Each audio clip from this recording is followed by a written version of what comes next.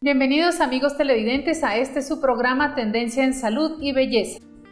Bueno, recuerden, quien les habla, Mercy Blanco, soy médico especialista en terapéuticas alternativas y en farmacología vegetal y en manejo del dolor. Bueno, queridos amigos, hoy traigo un tema también que es muy interesante y este sí es a veces más frecuente. Es una patología muy frecuente, desde los niños puede llegar a presentarse, como es la estenosis aórtica. Estenosis aórtica. ¿Qué es la estenosis aórtica? Entonces, estenosis es una estrechez, ¿cierto? Aórtica viene de la aorta, de una arteria principal que tenemos en nuestro cuerpo. Resulta que la aorta también es una válvula que se encuentra en el corazón del lado izquierdo de nuestro cuerpo. Entonces, la aorta se puede decir que es uno de los vasos más grandes que tenemos en nuestro cuerpo, del cual saca la sangre del corazón para dirigirla al resto de nuestro cuerpo. Entonces, la aorta, ¿sí? La estenosis aórtica es una estrechez que existe a nivel de esta válvula que se encuentra en el corazón, como les digo, es la que divide, se puede decir que la aurícula y el ventrículo del lado izquierdo. Entonces, esta estrechez hace que no fluya toda la sangre que debe salir del ventrículo izquierdo hacia el resto del cuerpo, ¿sí? Y hace que haya una deficiencia de irrigación sanguínea al resto de nuestro cuerpo, al cerebro, a todos nuestros órganos principales, los ojos, sobre todo los órganos distales son los más afectados, que el riñón, que el cerebro. Entonces ahí comienza a asociarse otros síntomas y otros tipos de lesiones a nivel del resto del cuerpo. Entonces esta estrechez se puede llegar a hacer de una forma progresiva, inclusive es congénita, es decir que pueden nacer los niños con este problema en esta válvula.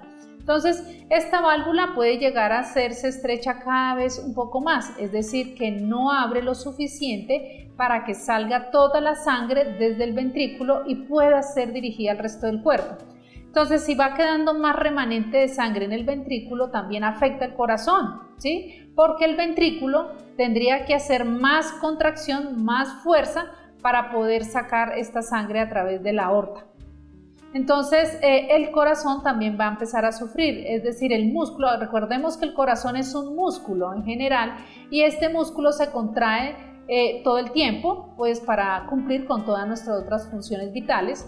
Y este músculo, entonces, si la estrechez de esta válvula se hace cada vez mucho más progresiva, el músculo cardíaco, es decir, el músculo de este lado del ventrículo, va a hacer mucha más fuerza, también se va a lesionar este ventrículo y comienza a haber una hinchazón, ¿sí? De ese ventrículo, lo que llamamos nosotros médicamente como una hipertrofia del ventrículo de este lado, como sería el lado izquierdo.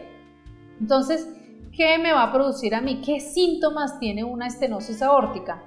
En general, si lo miramos desde la parte del corazón, pues vamos a tener un dolor en el pecho, ¿sí? Un dolor torácico, ¿sí? Vamos a tener también una insuficiencia para respirar, como una fatiga, una disnea, ¿sí? Y lo pueden presentar también los niños, igual, se pueden quejar de dolor en el pecho, pueden tener también dificultad para correr, que se fatigan, que se cansan, son niños que también están muy introvertidos, muy quietos, que no juegan porque se fatigan, se cansan. Entonces ahí esto es uno de los síntomas que las madres comenzamos a mirar, a ver en nuestros hijos para poder hacer también una consulta médica a tiempo y revisar qué es lo que pasa en los hijos. También se ponen también con una tez pálida, cianóticos, ¿sí? Cuando hacen mucha actividad pueden llegar a presentar esto.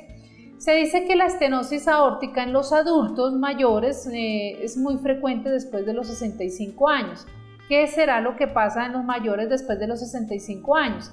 Pues en los pacientes que han sido normales, han nacido normales, ¿sí? Pero que van envejeciendo, pues hay unos acúmulos de unas sustancias tóxicas en esta válvula, como es lo que hemos hablado de los ateromas o de las acumulaciones de calcio.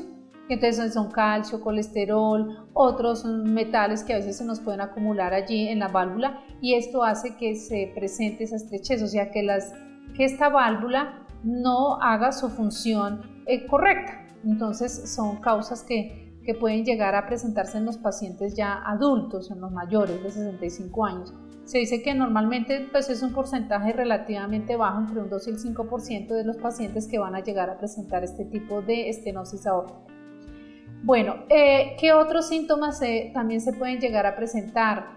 Cansancio en el adulto igual, el cansancio, el dolor y van a haber molestias también para hacer sus actividades, o sea, como que se van a sentir fatigados, incómodos para realizar sus actividades diarias, para llegar a vestirse, de pronto llegar a hacer sus actividades normales en casa o de trabajo, pueden llegar a presentar este tipo de incapacidad.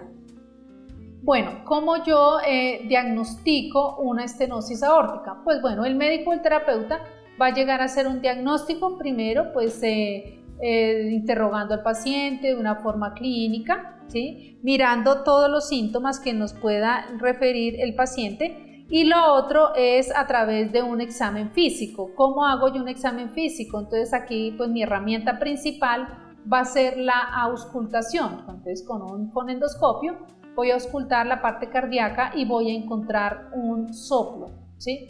El soplo me indica que hay una lesión en este lado, en la válvula aórtica. Entonces, y también lo puedo yo llegar a comprobar en la parte también del cuello, que a veces se irradia y este soplo, y lo puedo también llegar a escuchar. Entonces recordemos que las causas de esta enfermedad, se me olvidó decir una causa importantísima, que son las fiebres reumáticas, que están antecedidas por infecciones en las amígdalas, producida por una bacteria muy importante, que como es el estreptococo. Entonces, pacientes que sufren la repetición de infecciones en las amígdalas por estreptococo pueden llegar a presentarme lesiones en la válvula aórtica por lesiones de esta bacteria. Entonces, esto también es importante que lo tengan ustedes en cuenta. Esa es una causa importantísima, importantísima. Entonces, volvemos a cómo hago yo el diagnóstico. Entonces, interrogatorio a mi paciente, hago un examen físico, entonces auscultando con esta herramienta importante como es el fonendoscopio, y voy a auscultar un soplo. Entonces, y este soplo puede tener como varia intensidad, entonces eso me demuestra también a mí la gravedad, ¿sí? Ahora puedo hacer también al paciente, puedo hacer unas pruebas asociadas como son la prueba del electrocardiograma, y también una prueba de esfuerzo, que son exámenes que me van a ayudar a mí a concretar de pronto también inclusive todas los síntomas o las enfermedades que se pueden asociar a esta estenosis, como es una hipertrofia ya ventricular, y de esto también puede llegar a haber una insuficiencia a nivel cerebral, a nivel pulmonar también, ¿no? Entonces, estas son otras ayudas diagnósticas. Los tratamientos son de una forma individualizada, porque los pacientes pueden ser, se puede hacer un tratamiento también quirúrgico, puede haber tratamientos que se pueden hacer en una forma conjunta, también revisando qué otros síntomas o qué otros problemas tenemos asociados. Se puede hacer también hasta la cirugía para reemplazar la válvula, ¿sí? Entonces, depende también como el caso, de una forma muy individual, pues se puede hacer una cirugía cardiovascular haciendo esto. Y lo otro pues es manteniendo, pues tratar como los síntomas, si es hipertenso, entonces mirar y controlar la tensión, porque ese es otro factor que nos ayuda a complicar la parte de la estenosis aórtica. Si es un paciente diabético, es lo mismo, cambiar los hábitos de alimentación, mejorar, si hay sedentarismo hay que mejorar esa parte de una forma muy dinámica, muy pasiva. Podemos hacer actividades físicas que nos pueden ayudar, controlar también toda esta parte si tenemos problemas de antecedentes, si hay una paciente por ejemplo que tiene antecedentes de enfermedades o de infecciones de este tipo por el estreptococo, entonces tenemos que hacer ese tipo de prevención. Si hay pacientes que tienen también antecedentes de una hiperlipidemia, colesterol alto, problemas con el metabolismo de calcio, todos estos factores de riesgo también hacen que la enfermedad obviamente se presente, ¿no? y aumenten también los otros tipos de enfermedades asociadas a esta estenosis aórtica. Realmente es muy compleja esta enfermedad, porque puede llegar a causarnos unos daños cerebrales también muy marcados, ¿sí? porque no alcanza, imagínense ustedes que no alcanza una irrigación sanguínea al cerebro, entonces vamos a presentar todas las lesiones a nivel cerebral también, ¿sí? Entonces recordemos que no podemos verlo, por ejemplo, en este caso la estenosis aórtica, solo como un caso de particular allá de la válvula, no, pues reemplazo la válvula ya, no. También hay otras lesiones asociadas que son muy importantes y que debemos de tener en cuenta. Entonces, los tratamientos van de acuerdo a cada caso, ¿sí? Medicamentos se pueden llegar a utilizar para en el momento que hay una falla cardíaca, una insuficiencia cardíaca. Hay que tener en cuenta si este paciente me puede llegar a entrar en una fibrilación auricular o una fibrilación allí cardíaca, y entonces debo tener en cuenta para manejarla, ¿sí? Entonces es bien importante diagnosticarlo según de una forma muy individual. ¿Qué otras cosas de tratamiento? Prevención, mis queridos televidentes, es hacer medicina preventiva.